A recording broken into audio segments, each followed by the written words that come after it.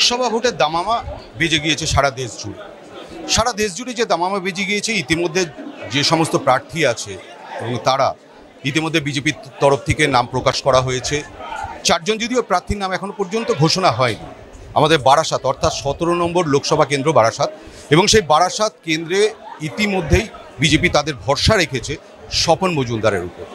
বনগাঁ দক্ষিণ বিধানসভার বিধায়ক তিনি, এবং বহু নাম উঠেছিল এই বারাসাতে, একাধিক নাম, এমনও নাম শোনা গিয়েছিল দিলীপ ঘোষ এখানে প্রার্থী হতে পারেন। কিন্তু তা সত্ত্বেও এটা বলা যেতে পারে যে বিজেপির পক্ষ থেকে যে ভরসাটা রাখা হয়েছে সেই স্বপন মজুমদারের উপর। সেই স্বপন মজুমদার আজ আমাদের সঙ্গে, এবং তার সঙ্গে আমরা খোলামেলাভাবে কিছু প্রশ্ন করব এবং তার উত্তর জেনে নেব। পাশাপাশি তার কাছে আরও কিছু বিষয় জেনে নেব, যে বিষয়গুলো যে সাধারণ মানুষ রিলেটেড, অর্থাৎ সাধারণ মানুষের সমস্যা, সেই সমস্ত সমস্যা বিষয় নিয়েও আমরা তার সঙ্গে কথা বলবো। স্বপনবাবু, আমাদের অনুষ্ঠানে আপনাকে স্বাগত। নমস্কার। আপনার কাছে প্রথমেই একটা প্রশ্ন, যে সিএএ যে লাগু হলো সম্প্রতি, এবং সেক্ষেত্রে দাঁড়িয়ে যদি দেখা যায় যে আপনার যে অ্যাসেম্বলি আছে, 7খানা এখানে যে বিধানসভা আছে, 7খানা বিধানসভায় মতুয়া ভোট তুলনামূলকভাবে বনগাঁ লোকসভার থেকে প্রচুর কম। সেক্ষেত্রে এখানে কিছু কি ফায়দা পাওয়ার সম্ভাবনা আছে? অবশ্যই।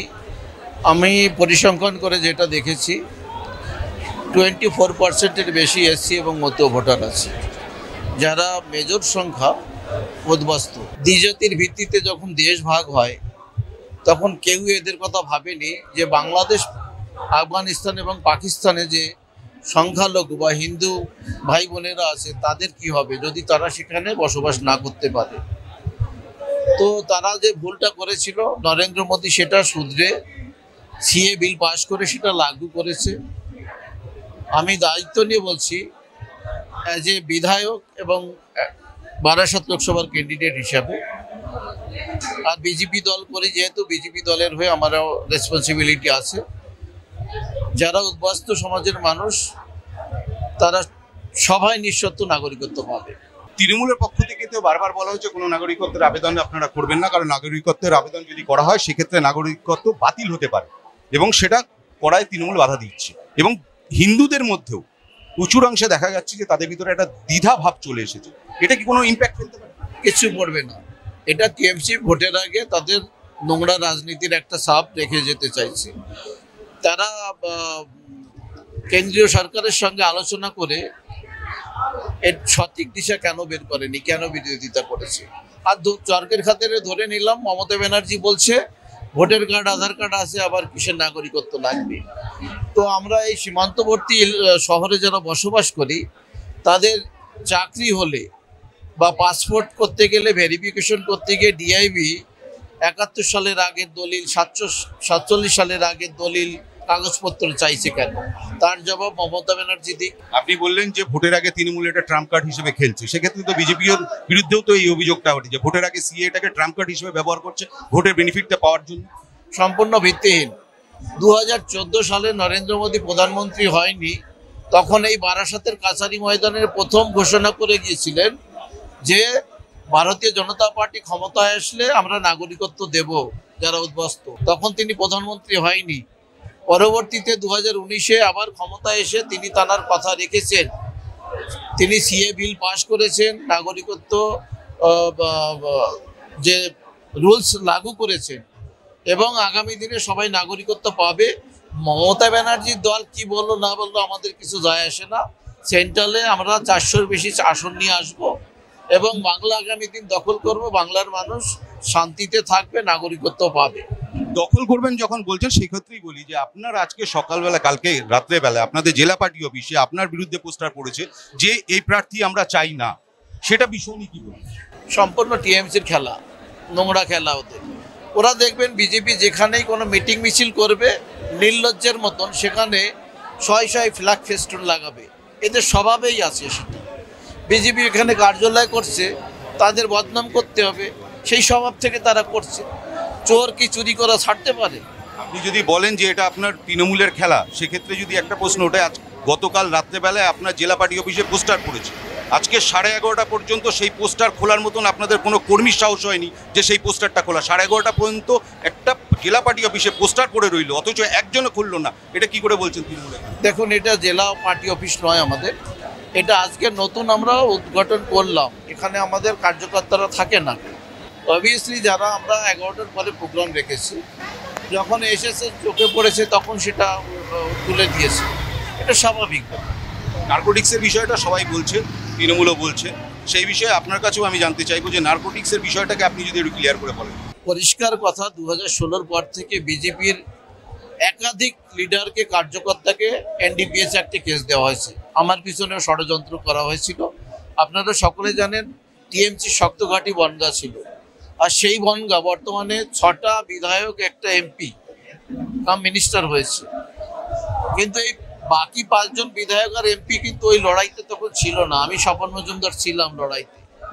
লড়াই করে ওই মাটিটাকে টিএমসির থেকে উৎখাত করে বিজেপির পক্ষে আনা হয়েছে। তো তারা তো আমাকে যেভাবে পরিশান করার চেষ্টা করেছে, পারেনি, মিথ্যা মামলা দিয়ে আমাকে কালিমালিপ্ত করার চেষ্টা করেছে। মহামান্য আদালত সেটাকে সম্পূর্ণভাবে নির্দোষ প্রমাণ করে আমাকে খারিজ করে দিয়েছে আমার মামলাটা। কামরূপ আদালত আপনাকে 10 বছরের সাজা দিয়েছিল, গৌহাটি আদালত আপনাকে নির্দোষ প্রমাণ করে দিয়েছে। কেসটা হয়েছিল আপনার আসামে তৎকালীন সময় বিজেপি সরকার। কি করে আপনি বলছেন যে তৃণমূল সরকার আপনার বিরুদ্ধে?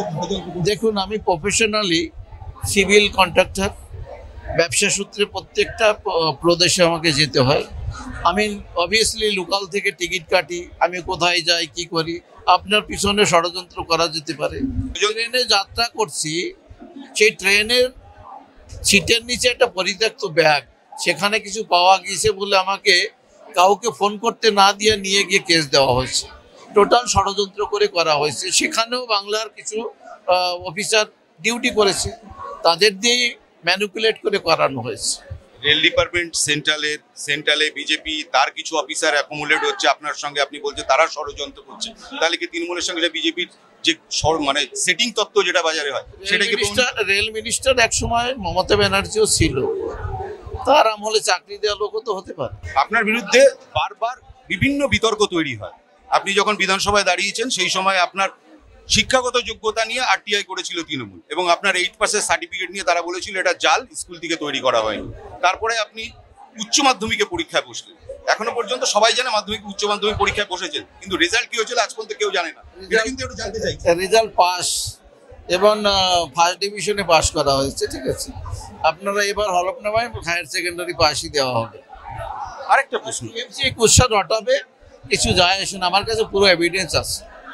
এটাই যদি বলেন তৃণমূল সমস্ত বিষয় নিয়ে কোশ্চার হটাচ্ছে, আপনারই দলের শ্যামল দাস অশোকনগর, আমি নাম ধরেই বলছি, তিনি পরিষ্কারভাবে দাবি করেছেন যে এই প্রার্থীকে আমরা মানি না যিনি মাদক মামলা যুক্ত।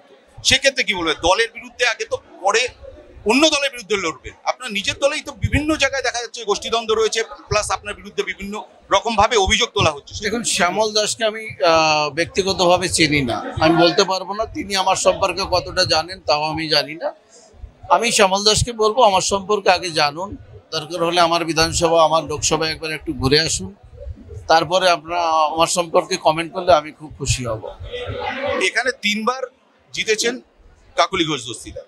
3 বারের ভিতরে একবার যদি আপনি দেখেন যে প্রথমবারে যখন ছিল 2009 তখন 1,70,000 ভোট, পরে 1,40,000 হয়েছে, এবং পরে 1,10,000, লাস্ট 1,10,000। এই পুরো বিষয় এবং সমস্ত অ্যাসেম্বলি যদি দেখেন, সমস্ত অ্যাসেম্বলি আছে হলো তৃণমূলের ক্ষমতা, এবং সেক্ষেত্রে দাঁড়িয়ে আপনি এই টোটালটাকে ওভারকাম করবেন কিভাবে? এই 15 বছর ধরে যতটা চুরি করেছে, কাটমানি খেয়েছে, মানুষেরটা নিজের আত্মসাৎ করেছে, গরিব মানুষেরটা, এ মানুষ বিতশ্রদ্ধ হয়ে গেছে। এটাই আমাদের মূল হাতিয়ার। আর টিএমসিতে যে যত বড় নেতা সে তত বড় চোর, এটা তো মানুষের মুখে মুখে, এটা নতুন কিছু নয়।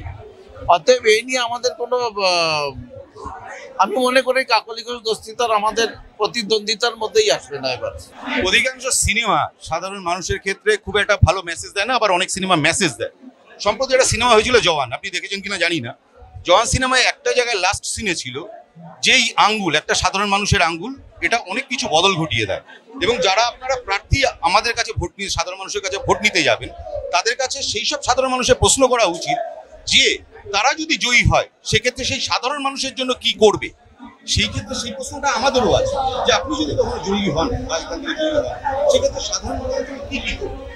ভারতবর্ষের ইতিহাসে বিগত ভারতবর্ষ স্বাধীন হওয়ার পরে যে কটা দল শাসন করেছে এখনো পর্যন্ত, প্রত্যেকটি দলের সরকার বা প্রধানমন্ত্রী যেই ছিল বিজেপি বাদ দিয়ে সবাই বিদেশের উপরে ভরসা করে দল চালিয়েছে, দেশ চালিয়েছে।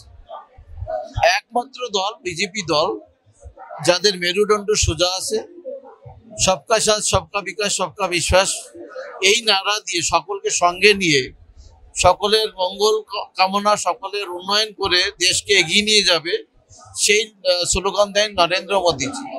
আর তার সৈনিক আমরা। আর নরেন্দ্র মোদী মানে গ্যারান্টি কার্ড। নরেন্দ্র মোদীর গ্যারান্টি কার্ড যেমন মানুষের উন্নয়ন করা, আমরা তার সৈনিক, আমাদেরও গ্যারান্টি আমরা উন্নয়ন করব। ভারতবর্ষ স্বাধীন হওয়ার পরে পশ্চিমবঙ্গ সব থেকে এগিয়ে থাকা রাজ্য ছিল শিল্প এবং অর্থনীতিতে। আর বর্তমানে সব থেকে পিছিয়ে পড়া রাজ্যের মধ্যে গুনতিতে আসে 6 লক্ষ কোটি টাকা ঋণ। আমার ঘরের, আপনার ঘরের ছেলেমেয়েরা, শিক্ষিত বেকার ছেলেমেয়েরা যারা বেকারত্বে ভুগছে, কলকাতার রাজপথে দিনের পর দিন ধর্নায় বসে আছে। তাদের দলদাস পুলিশ তারাও লাঠিপেটা করেছে, টেনে এসে তুলে দিয়েছে, কুকুরের মতন আচরণ করেছে, কামড়ে দিয়েছে। তো এর থেকে সবাইকে পরিত্রাণ পেতে হলে বিজেপি সরকার দরকার, নরেন্দ্র মোদীর গ্যারান্টির সরকার দরকার। তবেই এখানে শিল্প হবে, কলকারখানা হবে, উন্নয়ন হবে, মানুষ সুখে শান্তিতে বসবাস করতে পারবে। শেখ শাহজাহানের মতন মানুষ, আগে এক দাদাভাই আমাকে প্রশ্ন করেছিল যে আপনি ইনকাউন্টার করার কথা বলেছিলেন। যে বাংলায় শেখ শাহজাহানের মতন মানুষ যে দল পুষে রাখে, সেই বাংলার শান্তি শৃঙ্খলা কি করে বজায় থাকবে? আমার ঘরের, আপনার ঘরের মেয়েদের, বউদের রাতের অন্ধকারে পিঠে বানানোর নাম করে নিয়ে নিত্যনীলা চলবে। আর আমরা প্রশাসনিক দায়িত্বে থেকে জনগণের প্রতিনিধি হয়ে বসে দেখবো তাদের ইনকাউন্টার করাবো না পুলিশকে দিয়ে? এটা আমরা অত বড় কমজোর মানুষ নই, সেই আদর্শে আমরা বড় হইনি। এইরকম ধরনের কুলাঙ্গার যদি বাংলায় থাকে, তাদের পুলিশকে দিয়ে এনকাউন্টার করানো হবে। আপনি যেরকম বলছেন আপনার এখানে শেখ শাহজাহান আছে, আপনার যদি অন্যদিকে দেখেন আপনাদের বিজেপি দলেও তো কুলদীপ সেঙ্গার আছে, ব্রিজভূষণ আছে। ব্যাপক দুর্নীতির মতন, নিয়োগ দুর্নীতি, ব্যাপক দুর্নীতির মতন অত বড় দুর্নীতি হয়েছে, সেটাই বা কি বলছে?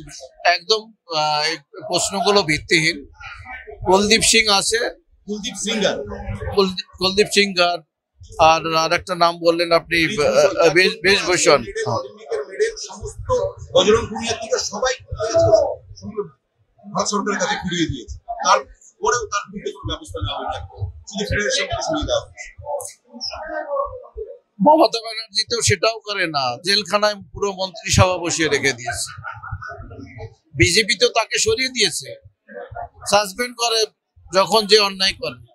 আর মমতা ব্যানার্জি সরকার পুরো তো অর্ধেক তো জেলখানায়। এখান থেকে পরিষ্কার। শেষ আপনাকে প্রশ্ন আর করবো না, শুধু আপনার কাছ দিয়ে সাধারণ মানুষের কাছে আপনি কি বার্তা দেবেন?